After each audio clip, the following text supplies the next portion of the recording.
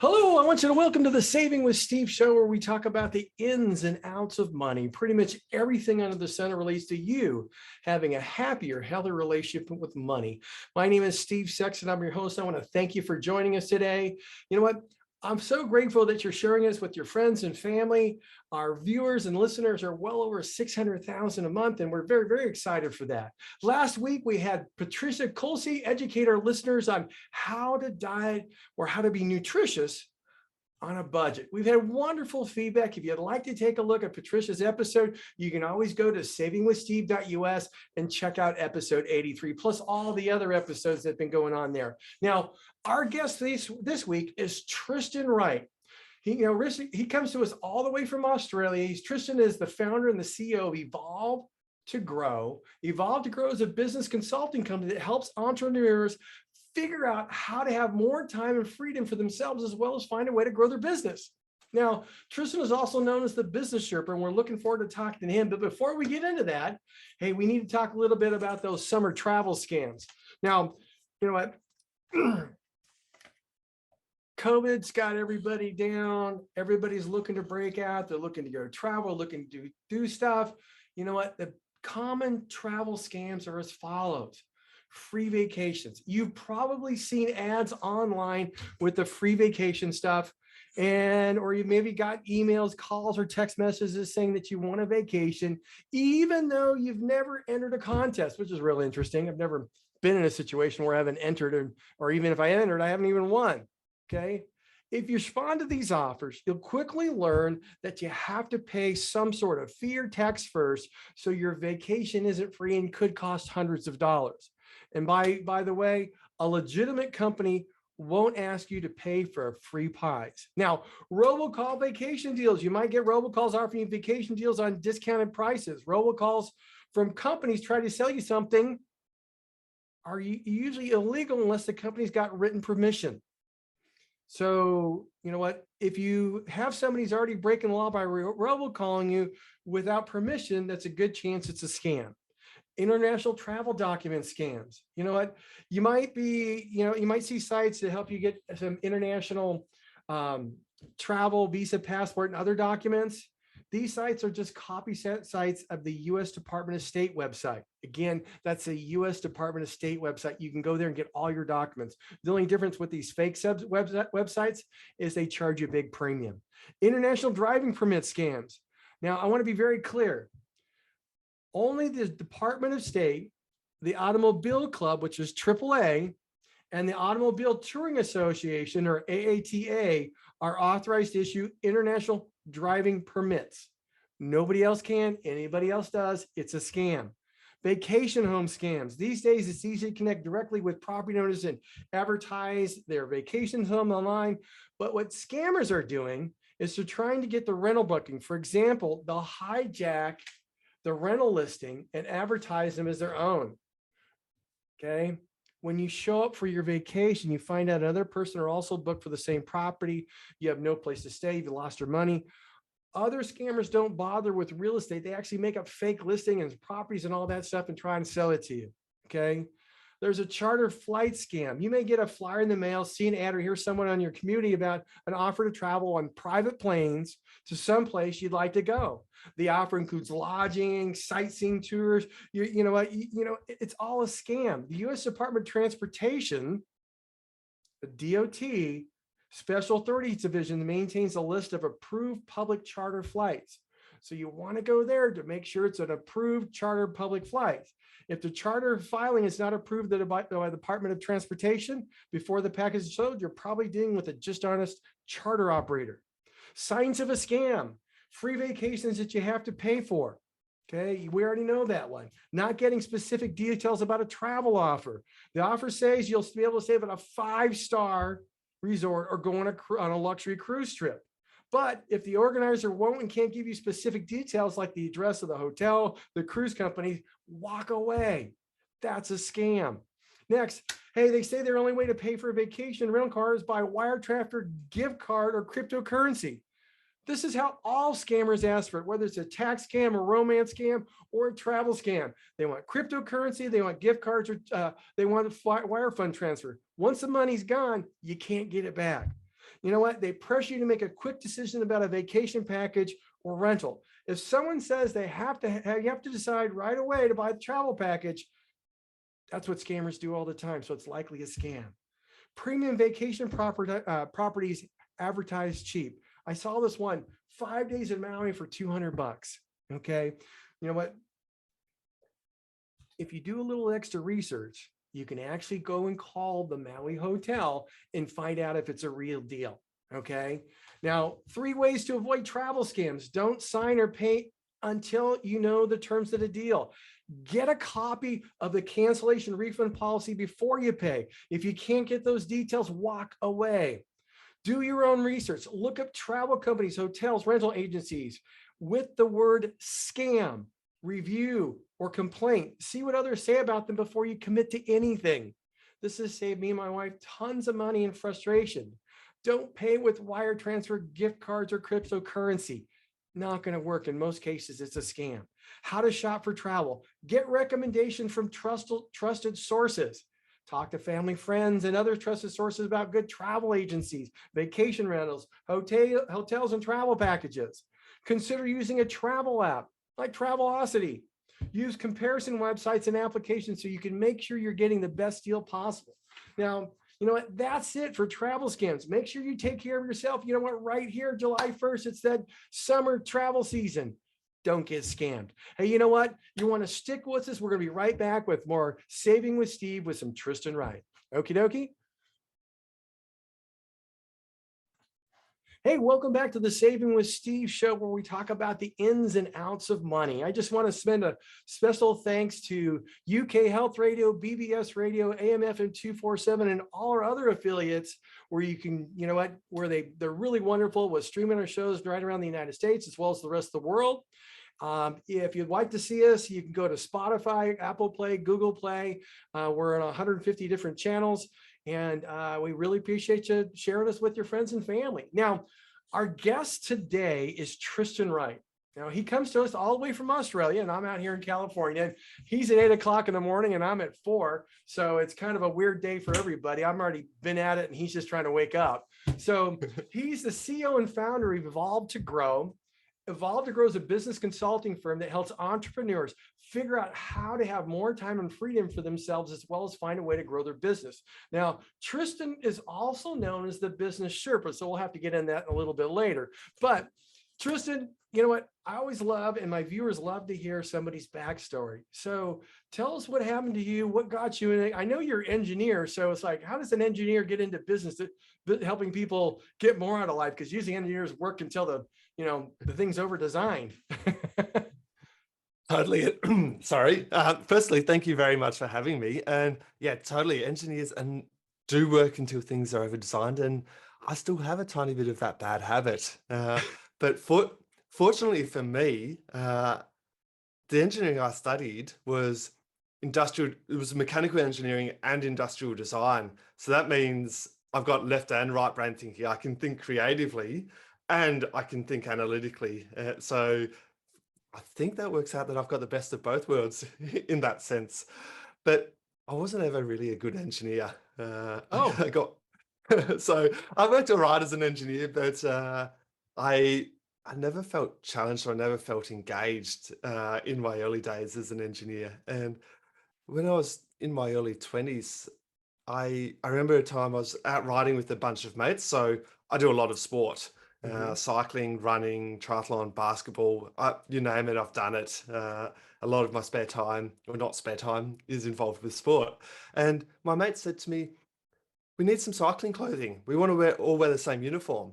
So me being me said, I'll take up the challenge. I'll go and find some new uniforms for everyone. And I looked at all the suppliers in Australia and I wasn't happy with them. Either they didn't have customer service, they didn't have quality, or they didn't have the price. So they didn't meet the 3 main criteria.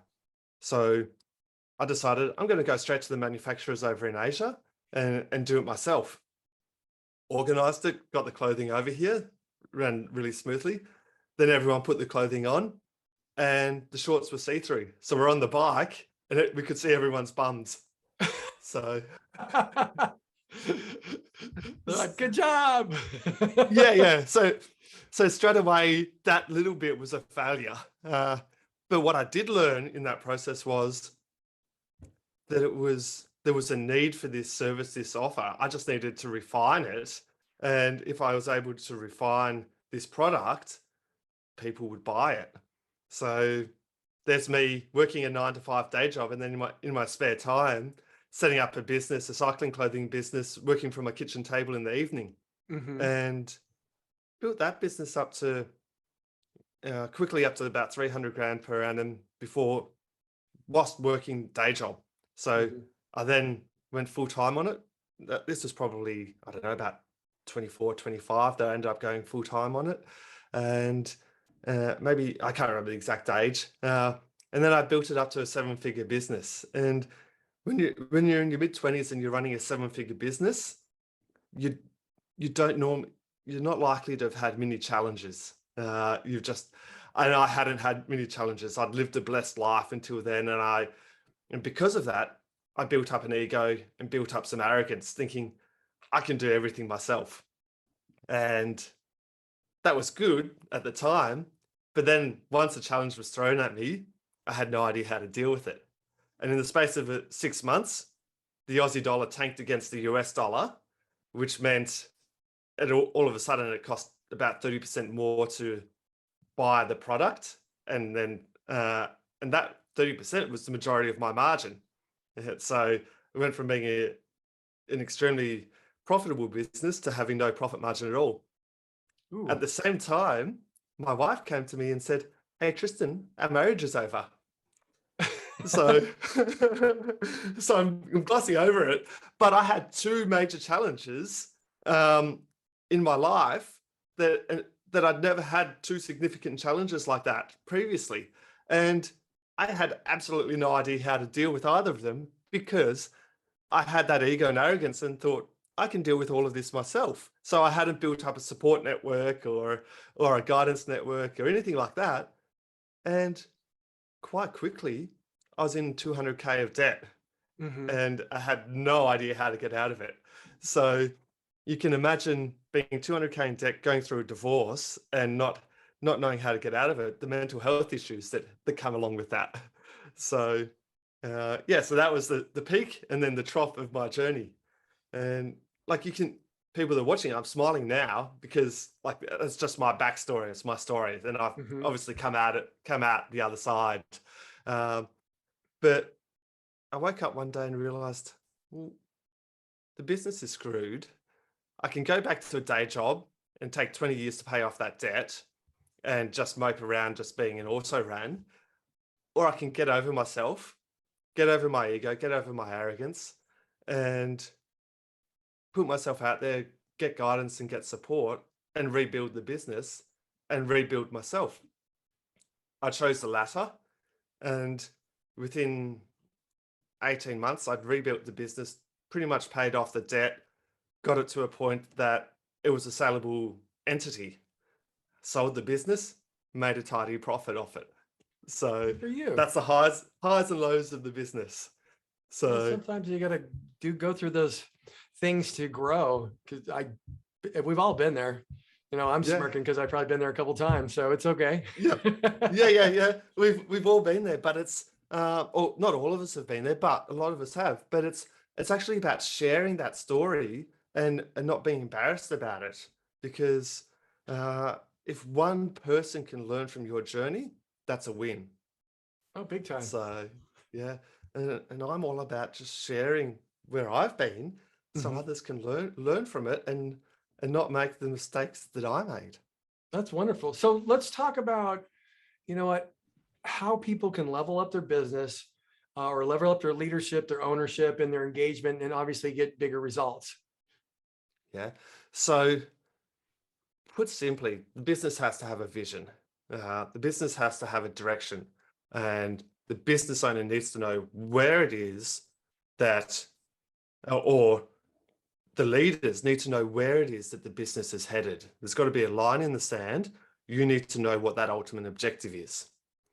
So many people at a leadership level don't don't know clearly where you're headed.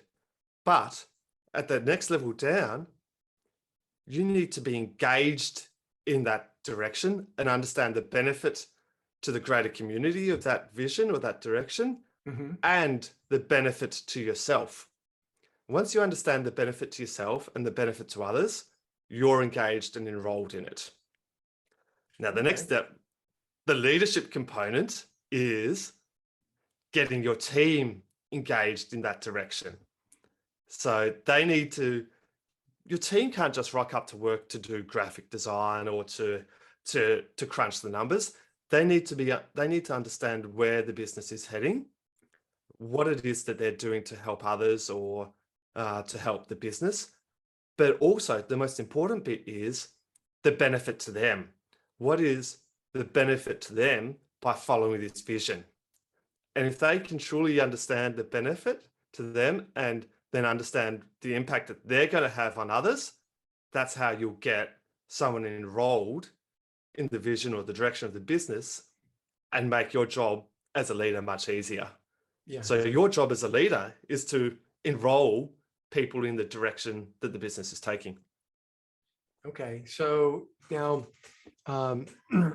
obviously your production is going to, productivity is going to increase and all that kind of stuff when you have everybody on the same page and moving forward. So let's talk a little bit. Well, I want to go to a break and then I want to talk about maintaining work-life balance, because there's so many people, and I used to be one of them. And, Yeah. one of the things I'll just share real quickly is I was that person who worked all those hours, worked really, really hard. And about, 15, 16 years ago, I had a bout of colon cancer and it changed everything. So like when I saw your story, I was like, okay, this is perfect. People need to know about this. So with that, hey, everybody, stick with us. We're going to be back with more Tristan Wright right here on Saving with Steve. We're going to pay some bills and be right back with you. So stick with us. We'll be right back. Okay. Cameron, we're going to be moving into segment number 3 with Tristan Wright. And 5, 4, 3, 2, 1. Don't you like to add commercials later? Nice and easy. Makes life so much easier. Hey, welcome back to the Saving with Steve show, where we talk about the ins and outs of money, pretty much everything under the sun that relates to you having a happier, healthier relationship with money. Now, I want to thank you again for joining us. We're back here with Tristan Wright.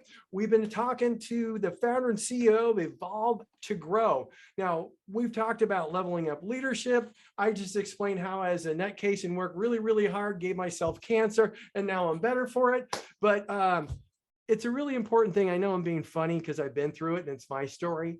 But maintaining a work-life balance is really key and allows people to have freedom, less stress, and essentially live a long life. So, Tristan, could you just talk to us a little bit about that, how that looks, what people should be looking at? Yeah, totally. So I've spent a lot of time building a framework for the way I deliver my content. And this isn't a pitch at all. It's just a way to explain it. I've got what I call the business evolution framework. And one of the arms of it is called alignment. So we need to have alignment both on the personal side of life and the business side of life to be able to get clarity with where we're heading. So, and what I mean by that is we need to actually understand what we want to achieve in business or in our professional life, but also what we want to achieve in our personal life. And we need to focus on them equally. It's sort of like the old school scales.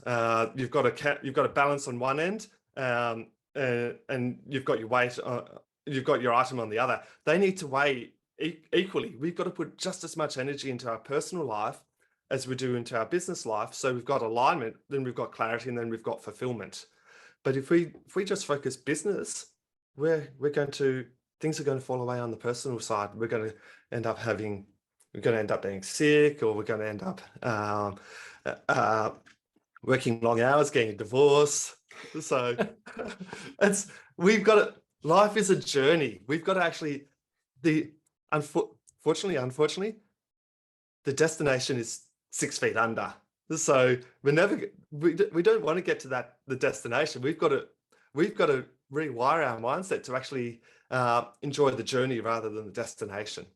I totally agree with that, because it's really about the journey. It always have been. And you see people who only focus on the business accomplishments, and they say, I want to get $1 million in revenue, and they get to the $1 million in revenue and they go, well, what's next? and they have no place to go. It's almost like they're capped until they find another place they can go. But they need, focusing on the journey helps people get to where they want to go. So I totally agree with that. Now, um, let's talk a little bit about blind spots in business. You know what? I'd love for you to talk about that, because people, you know what, you just don't see them. You try and see them, or you think you see them, but you don't. So Yeah, totally. So if we think about business, there's we need to have the correct mindset. We need to have alignment, personal, business wise. We need to have a strategy. We need to have brand. We need to have sales. We need to have marketing. We need to have sales. We need to have people skills, and we need to have operational skills. That's 9 different areas that you need to run a business. Typically, as a business owner, we get into business with a skill set of 2 or 3 of those. We're really good at delivering our product or our service. And then we might be good at, let's say, sales and marketing. But that's two areas. There's 7 other areas of the business that we don't have a skill in, that we're just teaching ourselves day in, day out we're just upskilling ourselves in those other areas. So because we don't have knowledge, we don't have education in those areas, we're naturally going to have blind spots. So we're going to make mistakes in those areas without even realizing we're making mistakes. So this is where needing outside, whether it's a board or friends or a network, whatever it is, this is why we need to not build our business in a silo. wow, that's very big, especially when you have people who, like you said before, I can do it all myself. That's something else. Now, how can you help people focus on what they do best? And I love this. And I talked this. I have a pretty good idea how this works, but I want our listeners to hear it. You know what? How can you focus on what you do best? And I always say, how can you focus on your superpower? That's my big thing. So, you know what? Let's talk about that, Tristan. And how do you help people do that? So you've got your superpower, you've got your area of genius. There's areas that you're weak at, and often they're the areas that we spend the most of our time in. And if we think about ourselves as I'm going to talk about a business owner, we should be valuing our time at a minimum of $300 per hour. Mm-hmm. And let's say our area of genius, so our superpower is marketing. We're really good at that. So we get a lot of bang for buck for that $300 per hour. But our area of genius is not finance.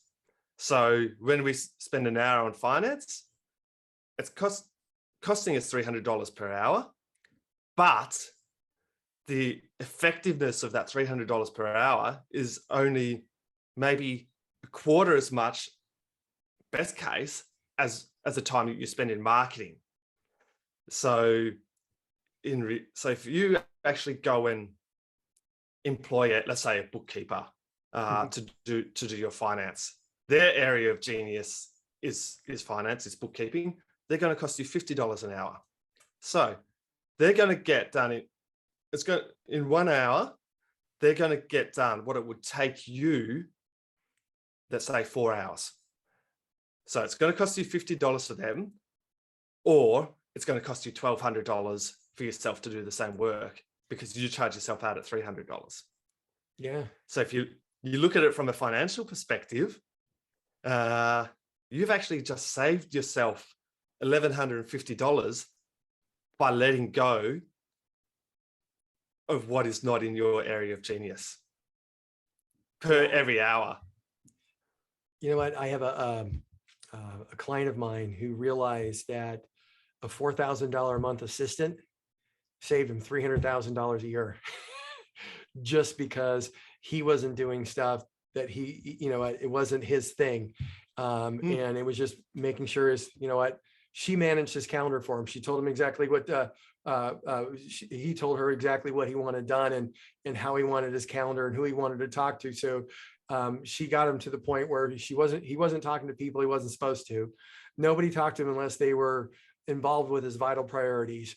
And she managed to make sure he was able to be at all the meetings that made sense and not the ones that wouldn't have any value for him. And as a result, everything was just grew and grew and grew because he did that. And then he realized, hey, now I really need to find somebody who's a good CFO because I'm not perfect at that. I'm pretty good at it. And now it's just like, hey, I'm finding this thing out and I'm making more and more money. My company's growing in leaps and bounds. And I think that's a great analogy that you have there. And people don't quite realizing, even if you're in a small business, it could be a big business by having the right people who can do the things that you're not so good at. Correct. Employ subject matter experts rather than keep yourself as a jack of all trades. Oh, yeah. So let's talk a little bit more about your business. We've got a few minutes left. I'd like to talk about your business, what you do for people and how people can get a hold of you. Yeah, cool. So at the end of the day, my ultimate objective is to show you that you can have fulfillment right now, so that you can have time, freedom, that as a business owner, we can get you time, freedom, and results today rather than have to wait for them in the future. So that's what I do. I want to show you that you can get time, freedom, and results now, live your life now, rather than build up to it over 12 months, 3 years kind of thing.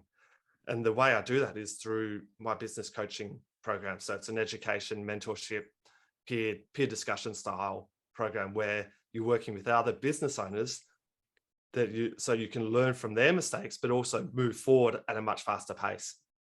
So in other words, what you're doing is you're increasing the learning curve for somebody that might have been grinding it out for 10 or 12 years and then finally say, fine, I'm going to have, become involved with Tristan here.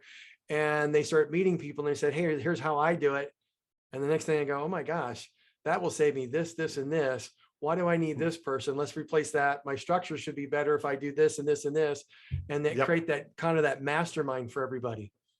Correct. And so when they realize that they need to make this change, we've got the education there and the support and guidance for them to implement it. That's wonderful. So Tristan, how can people get a hold of you? Simplest way is Google me, Tristan Wright, Evolve to Grow, and then you'll see my website, my LinkedIn, Facebook, all of that sort of stuff. Or you jump on the website, evolvetogrow.com.au, or send me an email, tristan@evolvetogrow.com.au. That's awesome. Hey, Tristan, I don't know if you're going to go back to sleep here because it's early in the morning over there, but I hope you have a wonderful day. I want to thank you for joining us and sharing this information. And again, if you want to talk to Tristan, go to Tristan Wright, Evolve to Grow. Just go Google him on the website, get in touch with him. He'll help you grow your business, livelihood, and make sure you have more time and a good work-life balance. So Tristan, thanks again for joining us today right here on Saving with Steve. Stay safe, stay healthy, and maybe we'll have you back again. Thank you very much for having me. You got it. We'll see you. Bye-bye, everybody. That wraps it up for this Saving with Steve episode. We'll look forward to seeing you next time. This place. Oh, that was Cameron. We're going to do that one over. Hey, we'll look forward to seeing you next week right here on Saving with Steve. One more time. Hey, we'll look for okay. Everybody, that was Tristan Wright with Evolve and Grow. We'll look forward to seeing everybody next week. Stay safe, stay healthy right here on Saving with Steve. Bye-bye.